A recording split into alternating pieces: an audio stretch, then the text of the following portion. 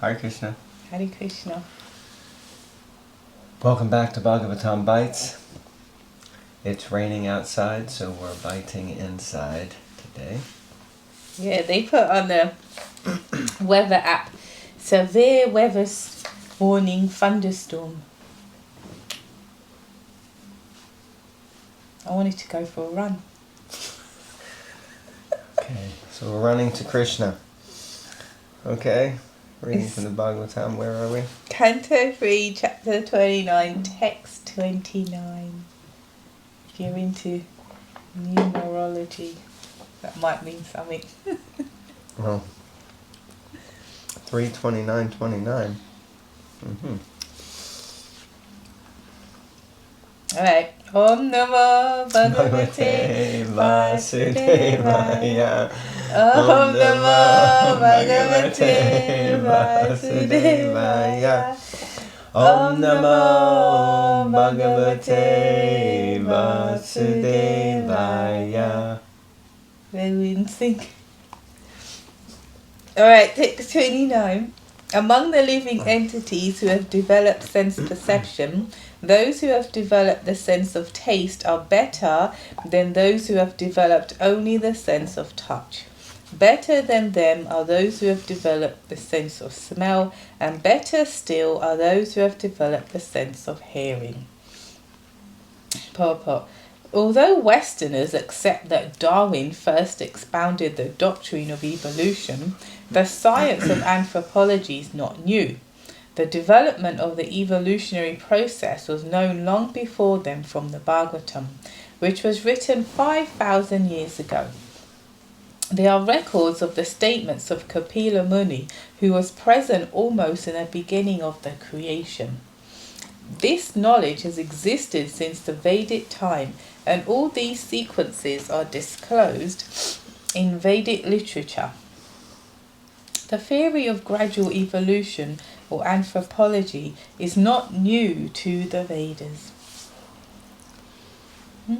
Interesting, because Prabhupada does say everything is in the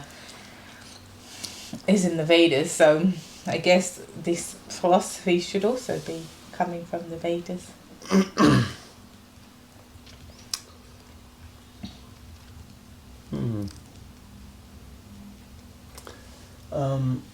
Yeah, it's interesting because the context that Prabhupada's using it is I always thought anthropology was the study of humans, and I just looked it up: scientific study of humans, human behavior, human biology, culture, society, and linguistics.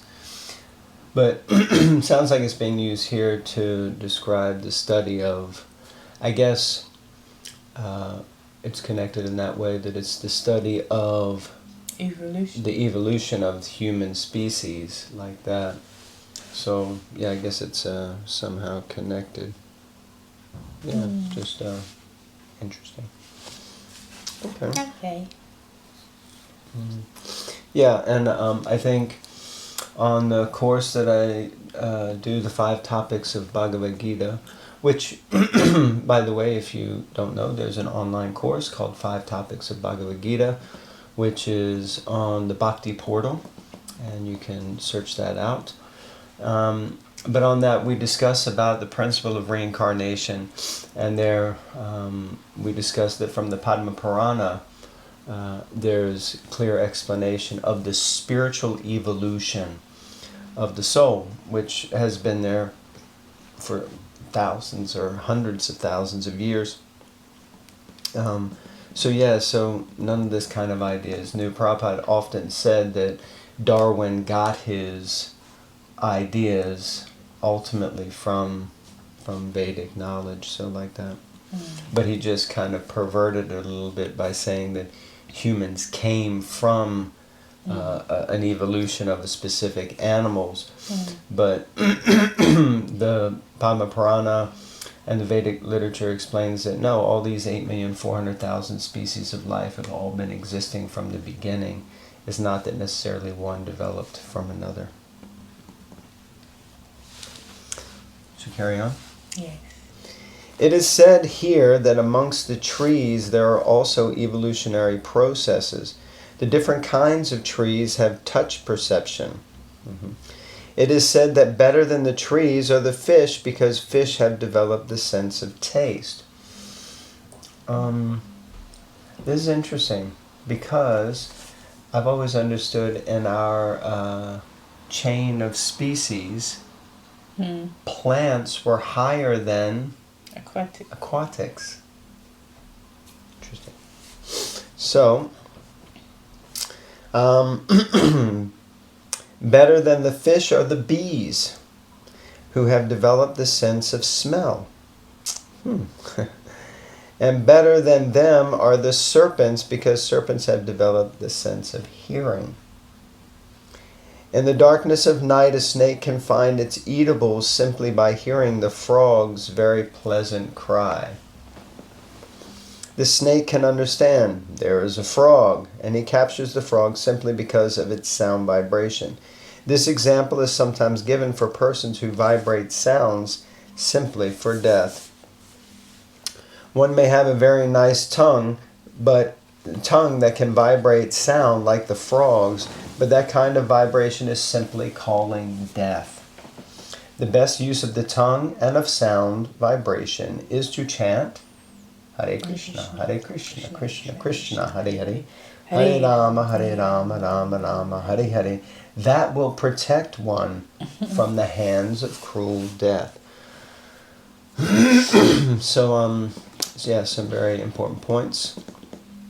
First, interesting to hear this statement. Trees have a sense of touch, but fish have acquired a sense of taste. Taste. Yeah, I'm not sure if fish can hear, but evidently not, according to this. But bees have a sense of smell. I guess because they fly from flower to flower, and they can sense which flowers are pollinating. Then snakes or reptiles have developed a sense of hearing, and Prabhupada gives that the frog, which is used, I think, in Nectar of Devotion, Nectar of Instruction, that that we have to control the tongue, because the tongue can vibrate so many things. And of course, we were just reading the other day about the sound vibration and the power of sound vibration. We were discussing it yesterday at a program that we did. I was doing a samskara. And by the way, if you're interested in samskaras, you can go to Samskara Services. Sorry, I'm using this as a plug, yeah. But we were at the home of some very lovely devotees who are regular viewers. Oh, yeah. Lali, if you're watching, Lali. Hi, Lali. Lali's going to be a big sister soon. So, and Matt made, who's Lali's dad, made a nice point. I really liked it. I was going to say, yeah. Of course, I have to forget it now. Words are like spells, so cast them carefully. Very nice. Thank you, Matt. That was very good, yeah. Yeah, it's very nice. Words are like spells, so cast them carefully. So, if we refer to someone in a derogatory or negative sense, they start to imbibe that, yeah, and manifest that feeling like that's who we are. Anyway, so many stories like this. So Prabhupada says best use of the tongue, Hare Krishna, Krishna Krishna, Hare Hare, Hare Rama, Ram Ram, Hare Hare. Okay, text 30. Better than those living entities who can perceive sound are those who can distinguish between one form and another. Better than them are those who have developed upper and lower sets of teeth, and better still are those who have many legs. Ooh. Better than them are the quadrupeds, and Quadrupeds. And better still are the human beings. Well, isn't that lucky for us? That's debatable, to be honest with you. Some behave lower than these animals, actually. Purport. It is said that certain birds, such as crows, can distinguish one form from another. Living entities that have many legs, like the wasp, are better than plants and grasses, which have no legs. Four-legged animals are better than many-legged living entities, and better than the animals is the human being who has only 2 legs. I was just seeing something online that you do. Someone who's got, I won't say who, but someone's got chickens, and then they put, because in America they really go crazy over Halloween, so then they put a big costume on the chicken and it was a black spider. But you imagine if chickens, they're not big, but they're big-ish, and then you put like a big furry spider costume, so 4 legs on this side, and then the chicken, right, well, that they do, moving about. It looked really scary. I mean, if I saw that, I would scream. So that's why when I was reading it, because I just saw it, I was thinking, oh God, many-legged. If I saw that, I would freak. But when I first saw it, I was like, oh my God, then I read it, they said it's a chicken. So, yeah, many-legged animals are quite scary. Yeah, I mean, this is... I mean, we'll keep reading, but it's interesting how I would have thought it just really depends on consciousness. But I guess the point is that consciousness, developed consciousness is shown through an unrestricted body type. So the less restricted a body type, but one might say only having 2 legs is a restriction. Of course, for some reason, because you were mentioning spiders, I think of like Spider-Man. And, once he has the abilities of a spider, then he seems to be enhanced as a higher level of... And also I think he has, I remember watching it when I was a kid, that he has spidey senses, because spiders can evidently sense things. I think there's sensing ability. I mean, do we really know? But it definitely has come from they can sense something on their web. Like if something touches it, then they know. But anyway, but it seems like obviously the ability, I've always heard that a human being, the uniqueness and the great privilege of having a human body is because of the ability to discriminate and understand, I guess, right from wrong, and also what is making a conscious decision to serve God and utilize our God-given abilities and talents in His service like that. So, so just trying to conjugate and understand this. Any thoughts, please share in the comments below. And we might share also some links to Bhakti Portal. It's already on the description. Oh, it's there already. Just see. Okay. Shows how much I know. Right. Next one. 30? 31. Yeah. Okay. I know nothing. No. 31. Among human beings, the society which is divided according to quality and work is best. And in that society, the intelligent men who are designated as Brahmanas are best. Among the Brahmanas, one who has studied the Vedas is the best. And among the Brahmanas who have studied the Vedas, one who knows the actual purport of Veda is the best. Interesting. Okay. The system of 4 classifications in human society according to the quality and work is very scientific. This system of Brahman, Kshatriya, Vaishya, and Shudra has now become vitiated. Vitiated. Is that the right pronunciation? Vitiated. Yes. Vitiate. Vitiate.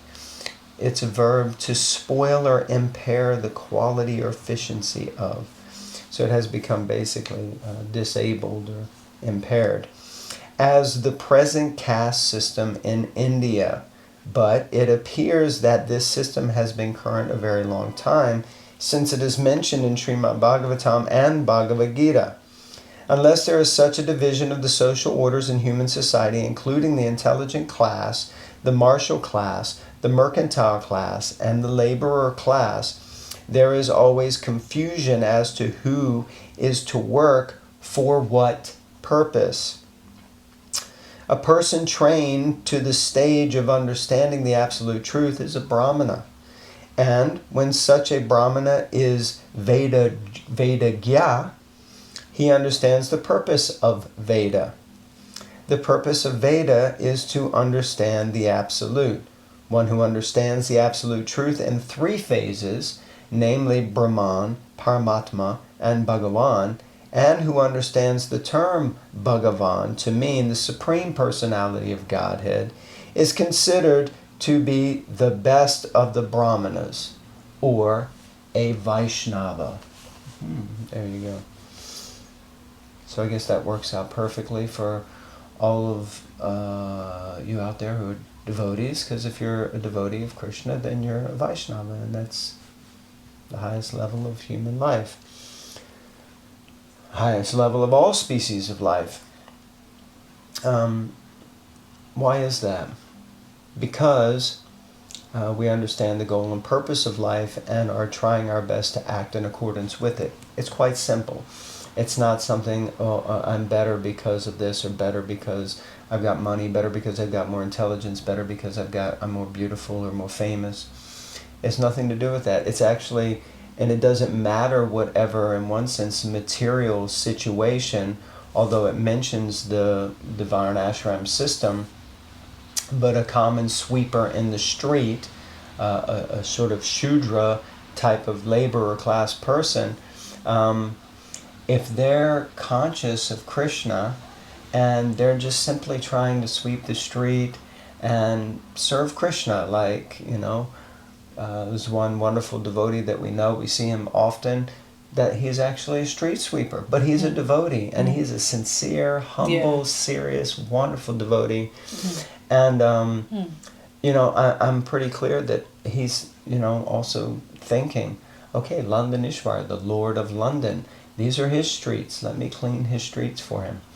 Then that person is the highest and topmost of all human beings, despite whatever his duty or work or engagement may be. And so social classification is not what determines one's height of status. It's the consciousness of a living entity and how they're conducting themselves in accordance with that consciousness that determines the height or level of one's stature in society. So if we're functioning in accordance with the thoughts that Krishna is the Supreme Lord, and I'm just simply trying to engage myself in his service with whatever God-given abilities he's gifted me, then that's perfection, and that's the highest level. So, like that. I think that's right. Does that sound correct? Sounds correct. People are like, how does she live with that guy?